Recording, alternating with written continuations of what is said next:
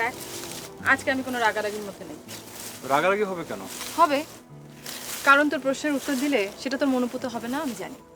তারপর তুই আবার প্রশ্ন করবি, তারপর জেরা করা শুরু করে দিবি। এত সুন্দর একটা সময় আমি নষ্ট করতে চাই না অমিত। আচ্ছা, একটা দিন তুই আমার কথা মতো চলতে পারিস না? আচ্ছা ঠিক আছে, কি করতে হবে বল। অনেক দিন তোর কবিতা আবৃত্তি শুনি, একটু শোনাবি?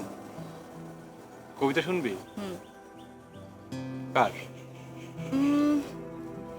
তোর প্রিয় জীবনানন্দ দাশের।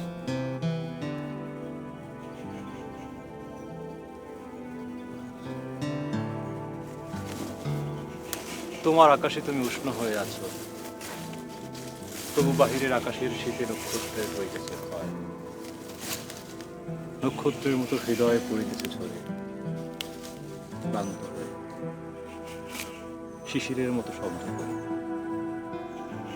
জানো না কো তুমি তার স্বাদ, তোমারে নিতেছে ডেকে জীবন অবাধ, জীবন অগাধ।